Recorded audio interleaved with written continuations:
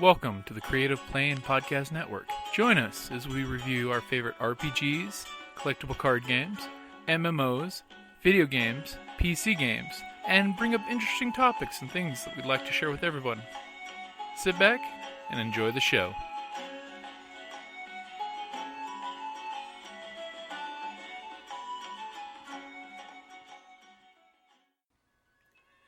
Hi, this is Kelly, aka Trixie from Ragnarok and Roll, a Scion to Ragnarok story, and Tilda Wimblewick from D&D Journey of the 5th Edition. First off, I would just like to say thank you to everyone for listening to our varied adventures, as well as for rating us on iTunes and RPGpodcast.com. If you haven't rated us yet, we would greatly appreciate it if you could. And if you're looking for more ways to support our efforts, we are now on Patreon, a great site where you can help us continue making more podcasts, as well as some special surprises for our patrons. If you can, please look us up at www.patreon.com/cppn. Every little bit helps. And again, thank you for listening. Hey guys, Jim here, Creative Play and Podcast Network. Just ran into Quicksilver, and I heard you're also Hawkeye. Okay, I am also Hawkeye. Ah. I have a few others. Right now, the ones I have, the first one I did was Hawkeye. The comic version, written by Matt Fraction and illustrated by David Aja. Follow that with Iron Fist, the version that's from Ultimate Spider-Man. Were you Iron Fist last year? Yeah, I did. That was what I did today. You were actually. awesome. Okay. Yeah. Because I remember last year I saw Iron Fist and I was like joking with the wife. Oh my God, that's Iron Fist! You never see Iron Fist anywhere. Yeah, he's very rarely done because not many people know about him. A lot of people have mistaken me for Green Lantern, which I find, which I humor them, but I find very interesting considering I'm wearing a yellow mask. Yeah.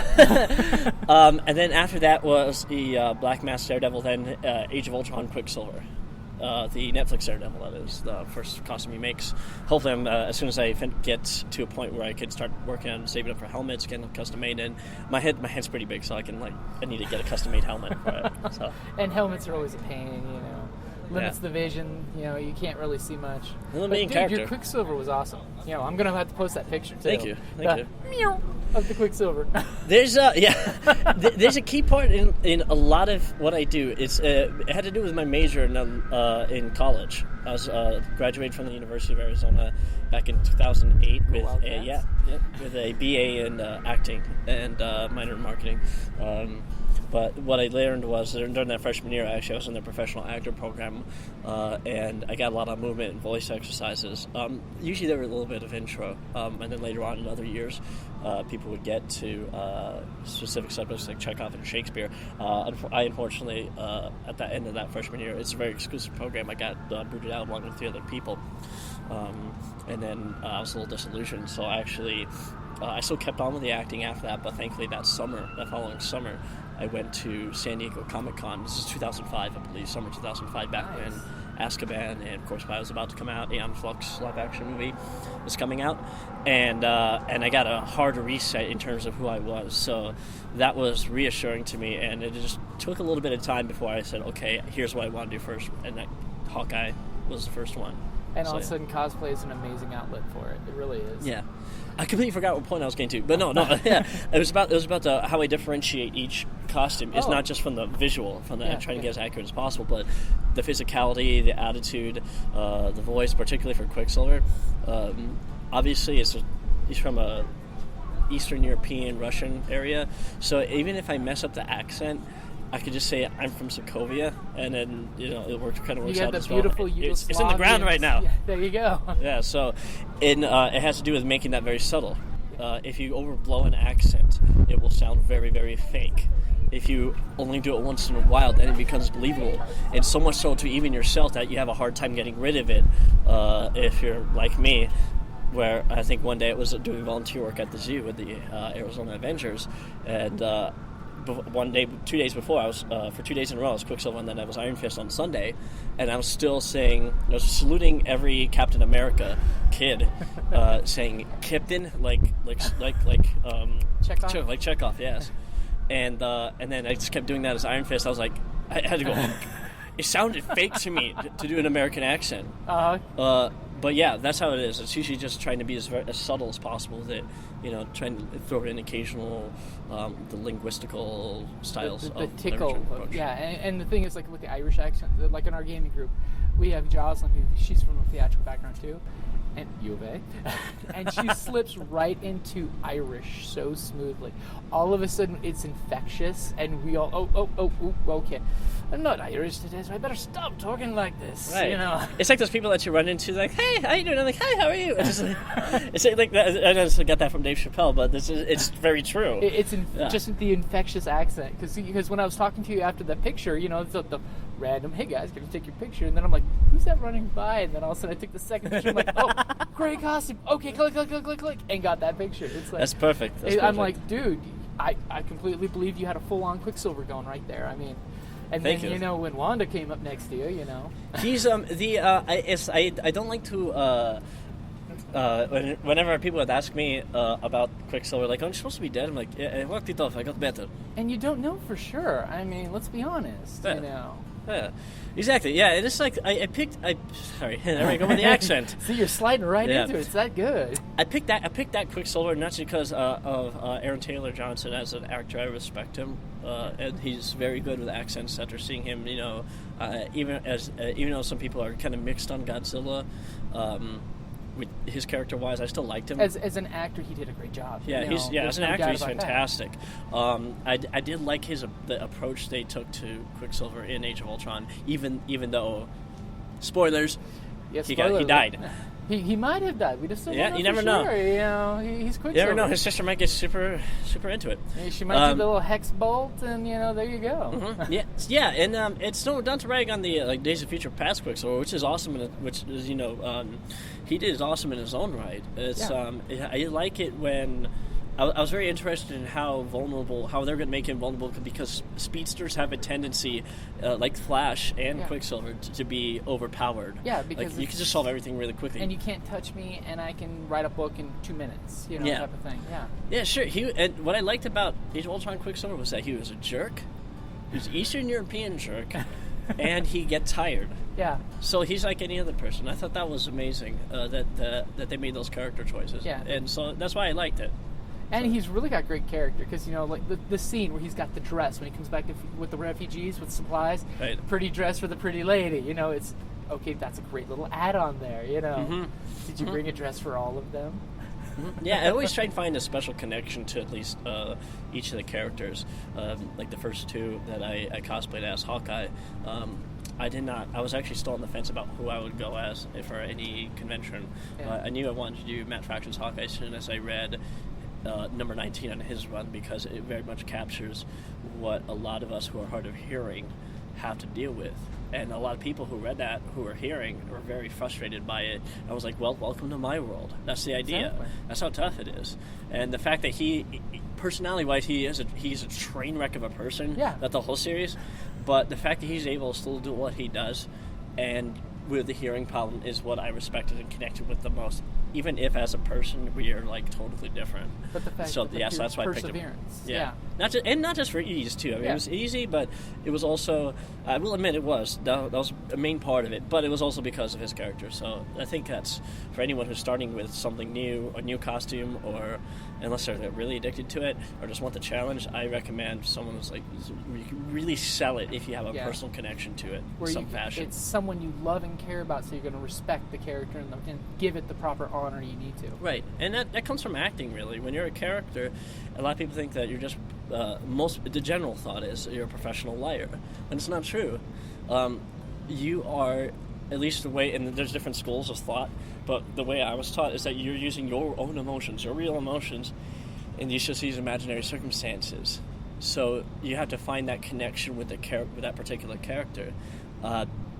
You find whatever relates to those situations inside your own life experience, and then it becomes truthful. So you're really telling the truth. We're all telling the truth. It's just that we're telling the truth in imaginary circumstances. Yeah. And so that's what makes it, that's why you have to have that personal connection, at least for me. Yeah, I always imagine you're flipping the switch to understand that person. Right.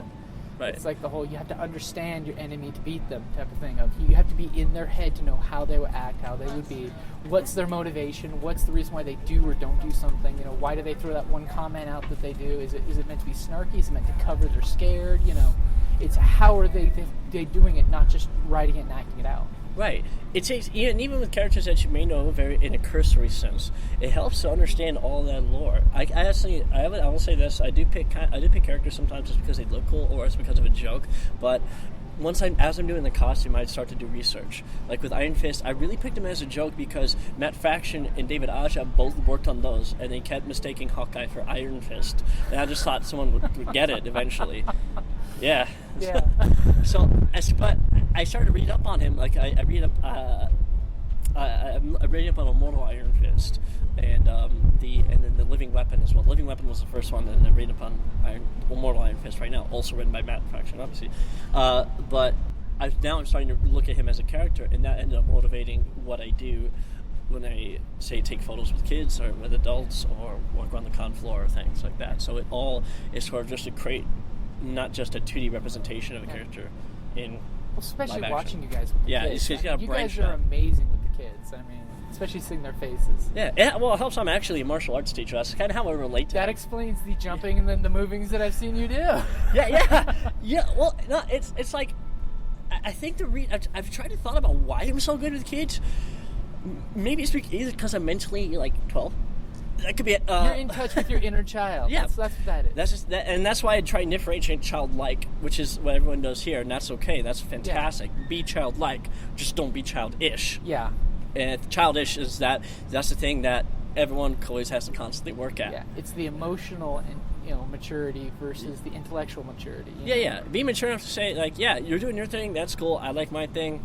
That's awesome too. Be awesome. Be different. That's great. That's what I like. Yeah, makes life interesting instead of just monotonous. Yeah, or we're all the same 9-to-5 banker guy in the suit. Right. That's not living. Life is different. Life is supposed to do stuff, enjoy stuff. Mm-hmm. Yeah, I realized that through the martial art that I practice, which is a Brazilian martial art, Afro-Brazilian martial art called capoeira. At first I started it because of video games, actually, because I'm a huge nerd. I have 2 Legend of Zelda tattoos. Nice. I have a Supernatural tattoo on my other side of my chest, and then I have another video game tattoo on my back. So yeah, I started because of Tekken. Can't say no to that. And again. so. And then as I started to get more and more into the martial arts, then I realized I started to look at the philosophical elements, the self-improvement part, which a lot of people, this isn't limited to just this. Yeah. They'll send a skip just because they want to look cool, and some people focus on that. The and I'm philosophy reinforces the practice. It's the same thing, Right, yeah. It's like you just want to be... That for me was why I eventually kept going with this, because it's self-improvement. Yeah. Yeah, so...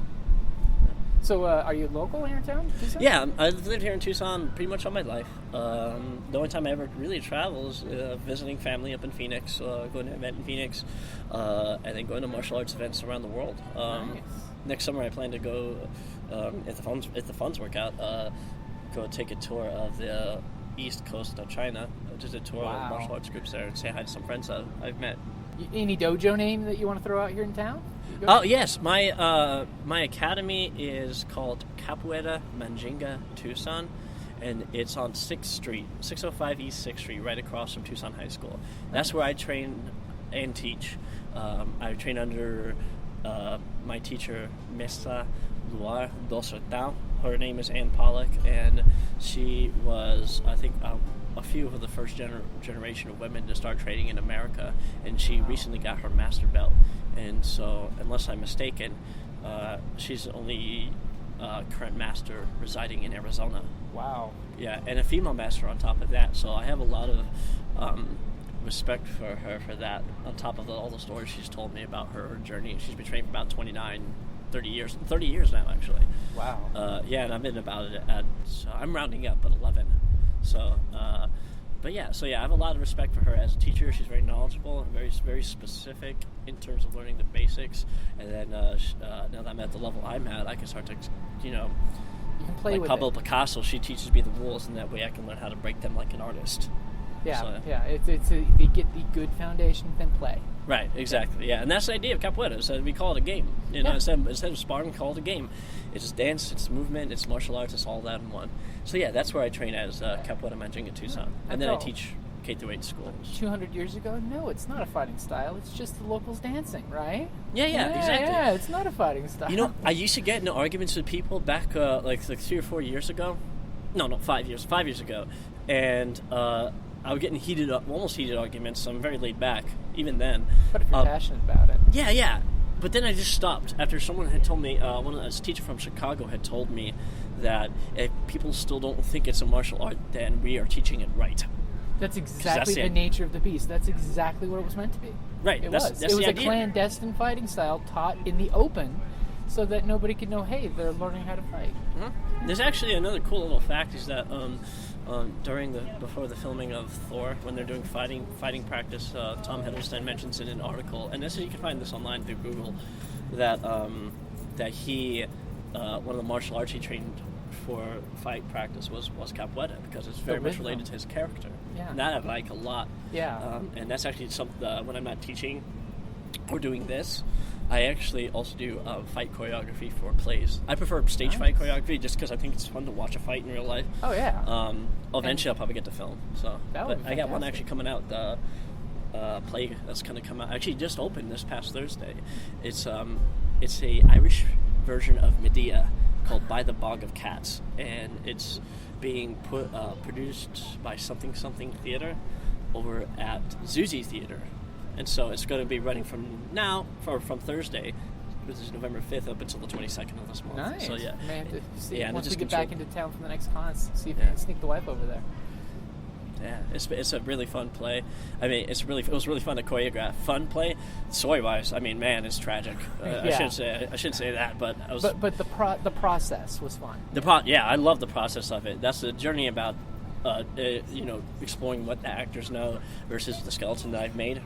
In terms of fighting, is great because now they've done it so much that they've taken their own pathway with it in terms of exploring it in their character physically. And I'm just like, this is so fascinating to watch. And I'm trying not during the dress rehearsal. I'm trying not to go. like I'm proud so Papa happy. moment. Yeah, it did great with it. It's technically great. Everyone's saved, no injuries. Yeah. And I'm just super happy with what they did. And the beauty is, it's empowering because now somebody who's probably never really done a fight scene is now like, you know what? I got a little stronger shoulders here. I'm a little more impressive. I understand this now. Right. And it's been fantastic to be able to do that. I'm hoping to go back to reviewing some of my technique, add in more stuff. The person who hired me who recommended me to choreograph this play is going to keep recommending me because which I'm happy about. So I'm thankful for. He's my friend Michael Mike Saxon, and he stage manages the play, and he's been really supportive and awesome. He actually, because of all the stuff I do, call me like a nerd rock star, and I'm just like, okay, I'm gonna put that on a business card.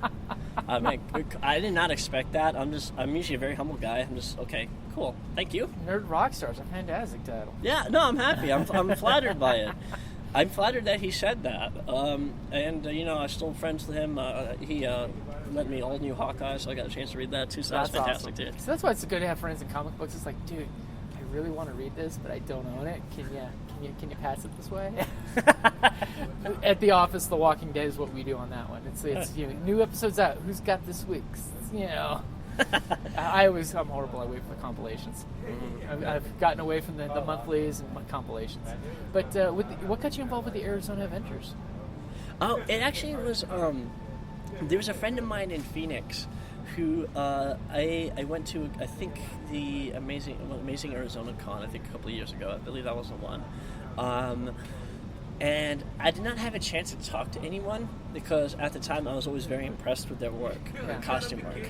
I was like, I don't want to work with them. I didn't even talk to the guy who was my mentor as I was going through the program in Arizona Avengers, who's Loki. And who's an awesome. Yeah, I was too nervous to talk to him at the time. And so, yeah, me and my friend, she dressed up as Black Widow. I was Hawkeye. It was fantastic. And then I saw. I was like, okay, I'm just looking at the Arizona Avengers. Someone randomly came up to us and just gave us a card. I was like, okay, I'm going to do it. She's doing her own thing. And so I looked it up. I was like, charity costume, this is great. If for a hobby, I always need like an extra motivation to do something. Yeah. And so doing it for charity work was just the perfect place for it. And so I did that with the whole program, finished it by I started this year actually, finished it by Phoenix Comic Con, went overboard in terms of what I required. Yeah, it was Hawkeye the whole weekend. It was a fantastically tiring experience, and I do not regret it one bit. After that, I kind of just started to get addicted. Then came Iron Fist, then came Daredevil after Netflix, and then Quicksilver. Now I have one coming up that I'm working on with two other gentlemen in the Arizona Avengers group, where we're going to be the Warriors 3. I bleached my hair for Hawkeye. Are you blonde, or are you getting a mustache? I already actually got the I had to get a fake one. Aha. I don't feel comfortable bleaching myself since I want to use it for Quicksilver. Yeah, it'd be weird if he had a blonde beard. Yeah. So I just bought one. It works better for me anyways because I can get it all curled up, and that's nice. Get cool little French twirl. Yeah, I will do that. I'll do that in costume. It's great. And so, I'll be Fandral the Dashing. Another one of the gentlemen will be Volstagg and Hogan. Yep. And so they're already starting to work on it too. Volstagg, the guy who's doing Volstagg, is already starting to work on his. Gaz Hogan, we were having to convince him, but I think he's already, like, everyone's trying to motivate him to do it, so we're all, like, super happy about it. It's like get the helmet, get the mace, get to work. Oh yeah, we're gonna be, as soon as we finish that. I'm actually, instead of building it, I'm sewing the costume, the cloth parts myself.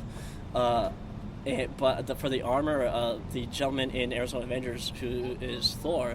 Convinced me to actually get the armor made out of metal, and there's a metal worker here who I get along with very well. His name is Andrew Longoria.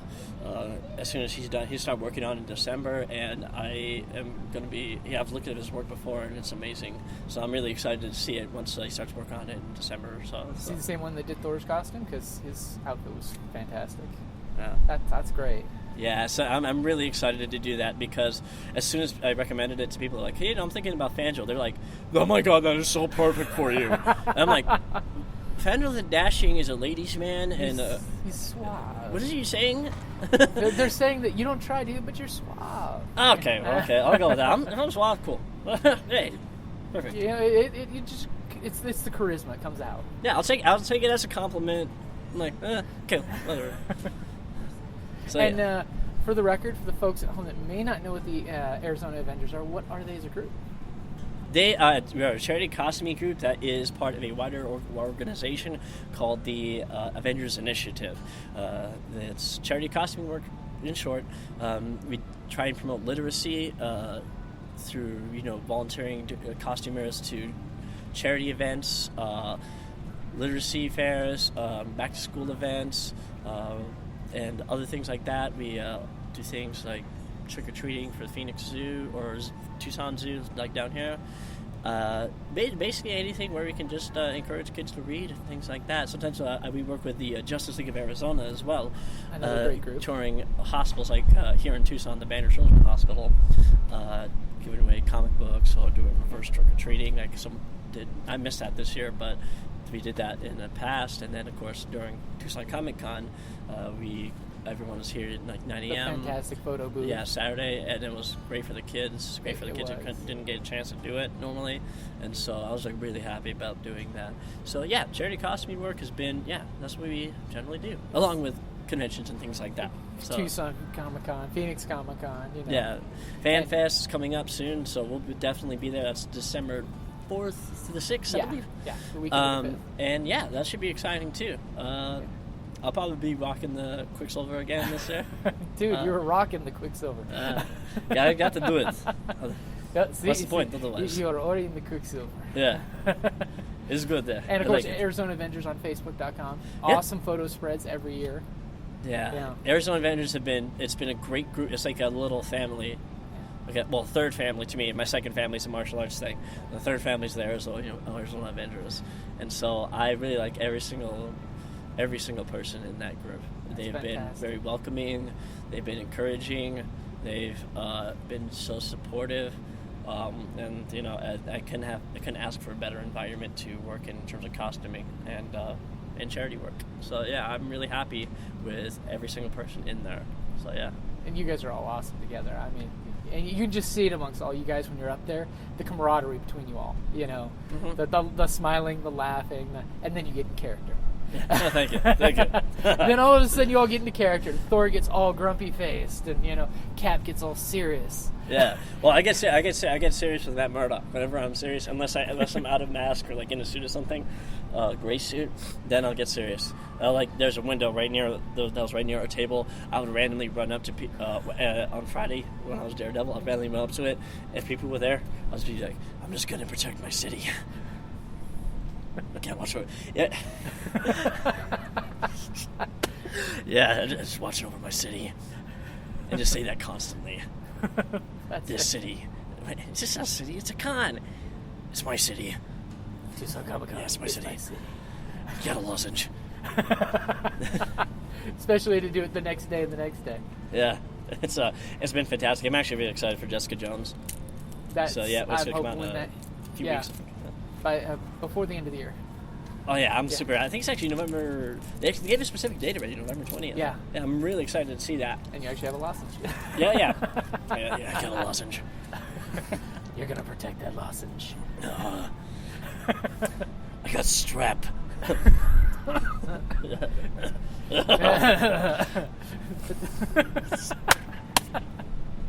All right, man. Anyways. It's been fantastic.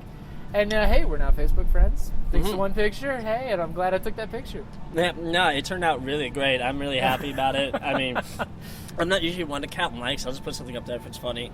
But it did get a ton of likes, so I'm like, yeah, cool, that's awesome. Yeah, I think it was funny. They were laughing in the background, and like I think that for me sums up a lot of the convention It's the con experience for me spirit. so far. Hey, you go to the con, you meet some cool people in costume, you're cosplaying too, you make a new friend. Yeah. Right? Exactly. And then all of a sudden, I'll have to make some memes about that. Went to Tucson Comic Con, took a picture of Quicksilver, post that.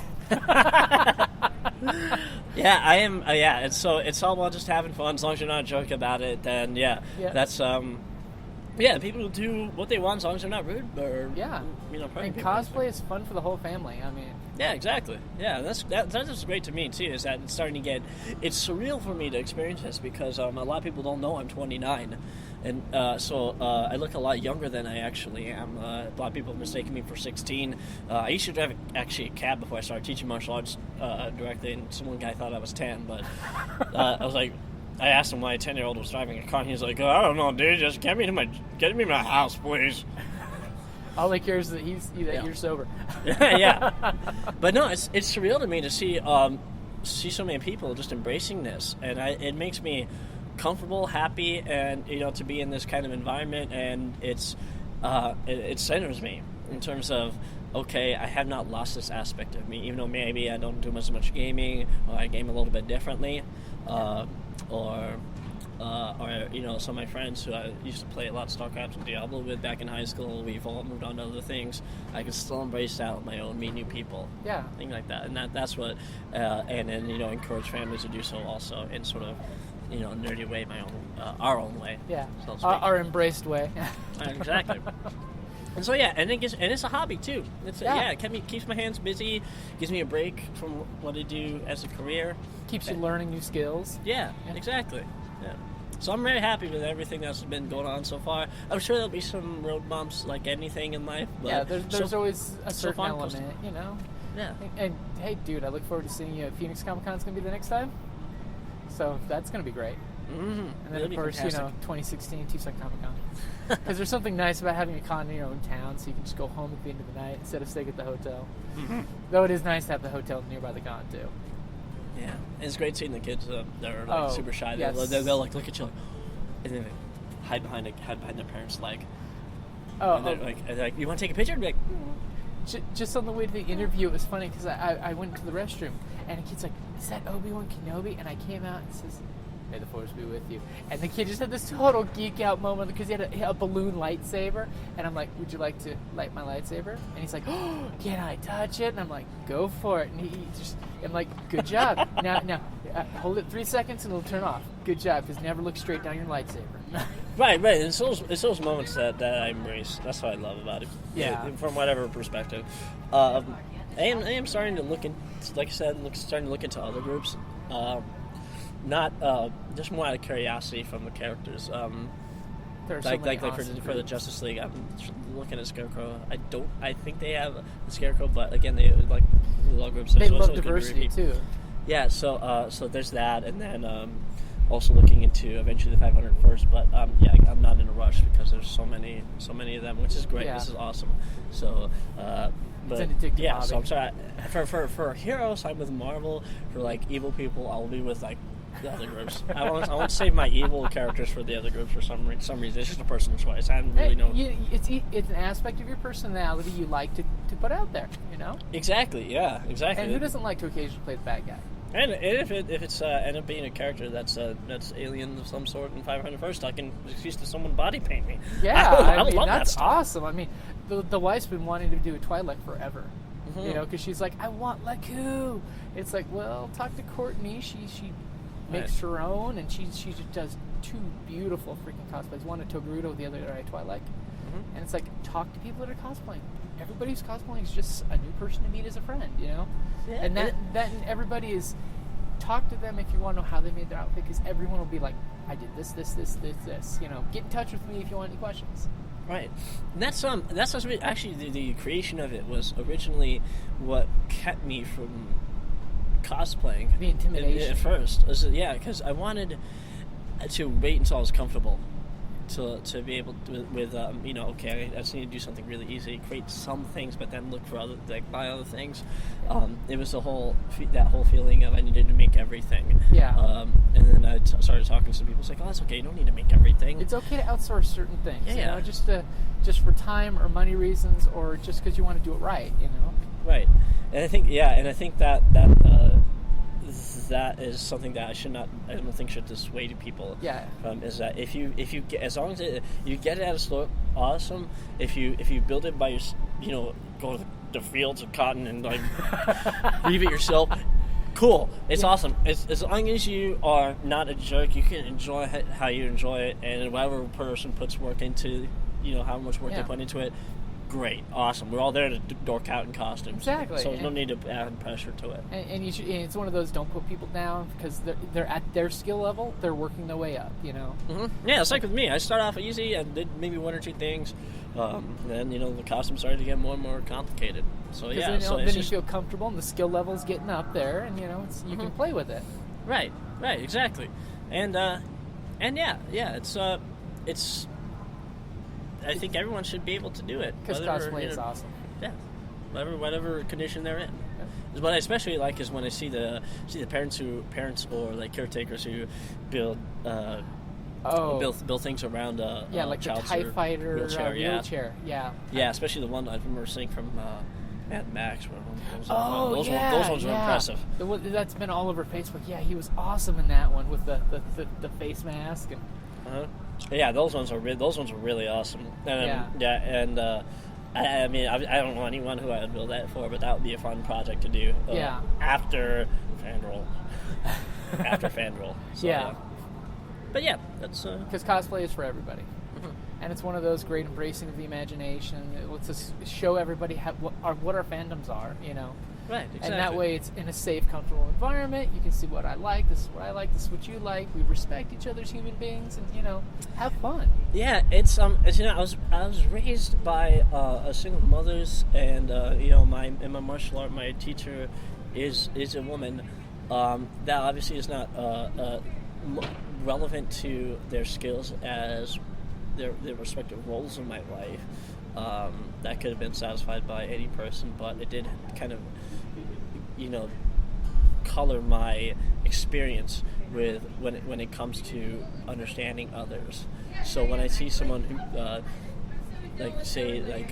calls someone a girl as an insult, I get confused by that because it's not insulting to me. It's not an insult. I don't see why anyone should be insulted by being called a girl or anything like that. Yeah. So those kinds of that kind of experience, it's just negative under the negative pretense. Mm-hmm. We can always edit that out. So I don't, unless I'm being rude or evil person. I find it hard to judge. I am so apparently to some people, like, it's positive to the point of insanity. Hey, there's nothing wrong with that. You've seen the troop I run with. It's almost all ladies. And there's nothing wrong with that. Yep, I gotta say it in that voice. Right, of course. But yeah, it's been fantastic talking with you, man. It's something that a lot of people don't get, that you can, see the reality of a situation, or the reality of real life, but then you can still have that positive outlook on life. I think that's honestly, for people who do that, this isn't like me trying to toot my own horn or anything, but it's a hard thing to do, to be able to see reality of a situation and stay positive. Yeah. Maybe that's why people think I'm crazy sometimes, is because I do that and just choose. I don't like to ignore it. I mean, I acknowledge it, but I don't let that color my overall experiences in life, because it's like the whole bit with Louis C.K. on when he was on Conan O'Brien, when he was still on NBC and stuff, where he was talking about how, like, everyone should be just completely surprised, amazed when they're flying, and how everyone talks about flying a plane like it's a horror story. Yeah. Where everyone should just be like, oh my god, wow, we're in a chair in the sky, or something like that. Yeah, if you haven't seen it, I recommend looking that up, because it's just like, okay, I get what this guy's saying. Yeah. Yeah, and that sounds my outlook. It's like, yeah, everything's just amazing. Yeah, every morning you get up, there's an amazing opportunity right there. Right. Well, I will say this: not everything's amazing, but we can make it amazing. It's just a lot of people aren't willing to put in that work. Crazy. Yeah. I'm willing to put in that work. So, if it means I dress up as a superhero and put smiles on one kid's face, that I'm happy. That makes your whole weekend, is when you have that moment with one kid, and then one kid smiles at you like you're a Greek god type of hero. It's like that. Oh my god! And when you get that look, and you're like, I'll say it, fuck yeah. Yeah. It's that fuck yeah moment. I'm walking and hearing the Star Wars theme in my head when I'm in this costume. Right, and you're hearing the Avengers theme song as you're running by. Yeah, I am totally. Yeah. So even if the adults too, if I can make them happy, that's fine. Because it's harder. Oh, dude, I had a big shit-eating grin on my face when I saw you guys there. Most.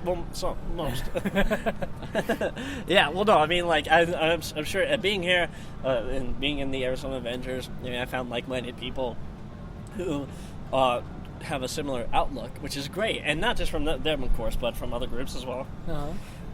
So it's become less of an oddity for me to be able to act like this, which I'm happy about. But even then, in general, it's like, for most people, it's harder to get an adult to be happy. Even if I have to be cynical, I will be happy. I'm usually not sincere when I'm cynical, but again, I'm an actor, I can fake it. But even then, if I could just see a smile on someone's face, that's what makes me happy. I don't care what their age is. Yeah. I will try and make them laugh, because everyone needs to smile. And that's a gift. I mean, that's one of those gifts you can't buy. Yeah. Yeah, it has those moments of happiness, moments of awe, moments of where you shrink back to where you're a kid, and then there's the sky's the limit. So that's what I try and bring back.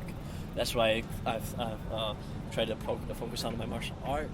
I just bring that over to here, and that, I guess, probably was why I get along with kids so much, because I'm trying to think of it that way. Yeah. Or try and talk to them that way. Again, it doesn't work with everyone, but people are different, so that's okay. Everybody has their own reasoning, and hey. Yeah, you want to take a picture? Cool. Nope? Cool. So, I've been at the con all week, and I snapped my head around when you said that, looking for someone with the camera.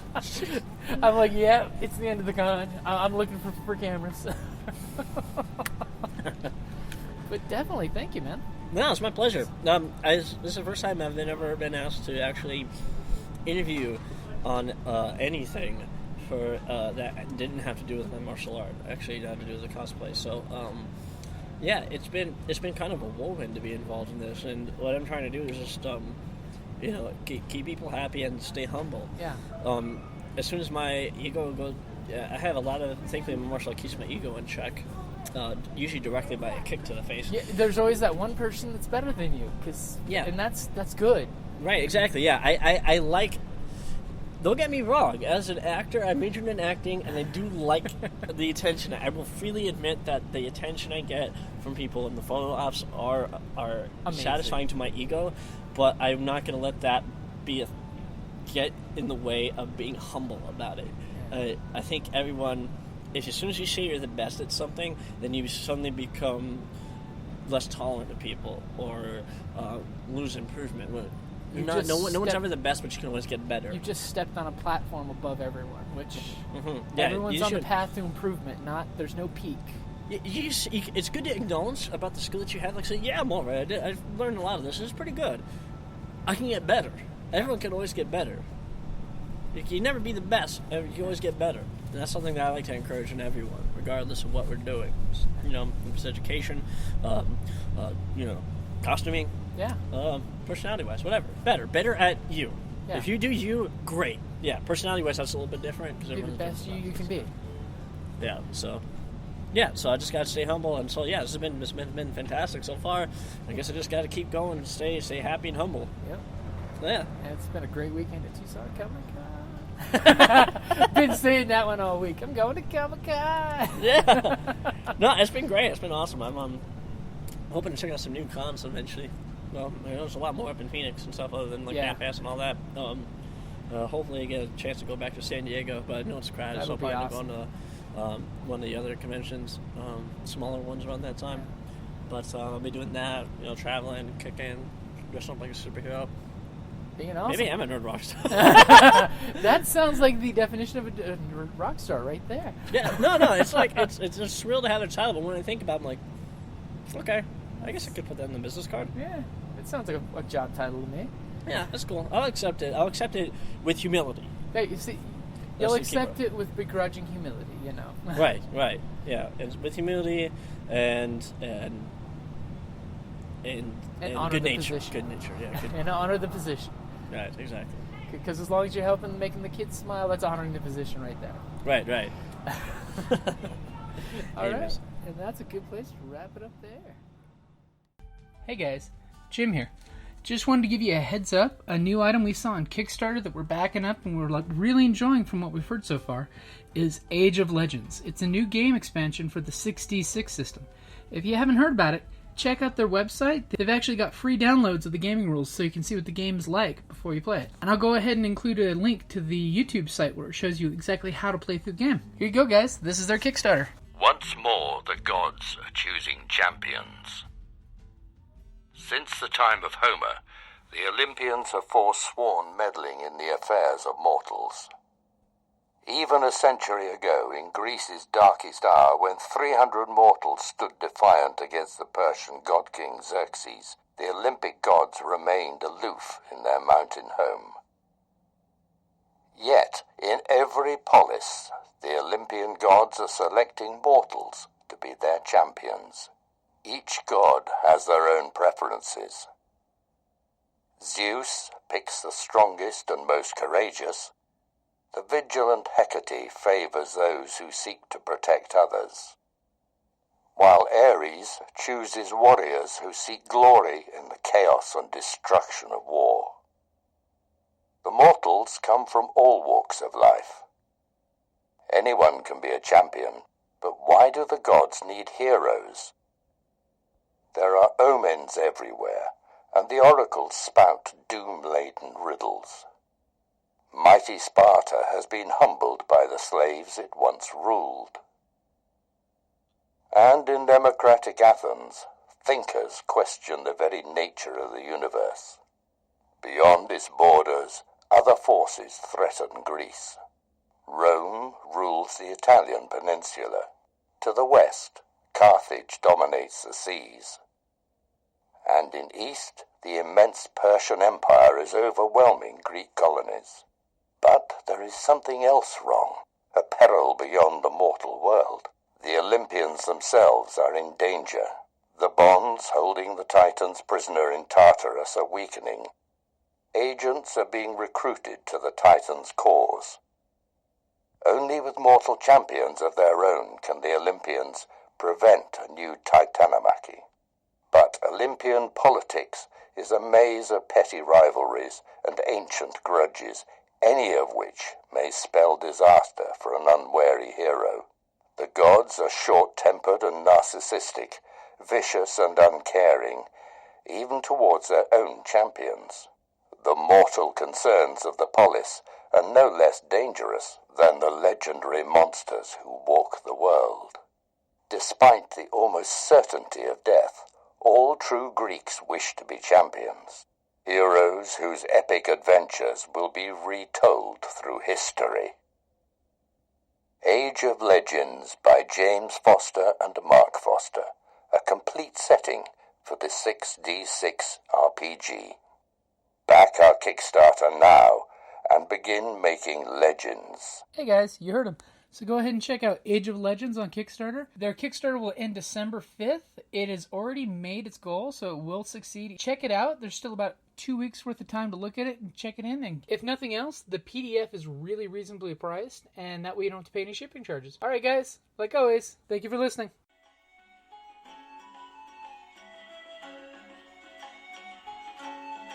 Thank you for listening to the Creative Play and Podcast Network. And feel free to enjoy our other shows, such as D&D Journey of the 5th Edition, and Scion Ragnarok and Roll, a Scion hero to Ragnarok story. Thank you for listening.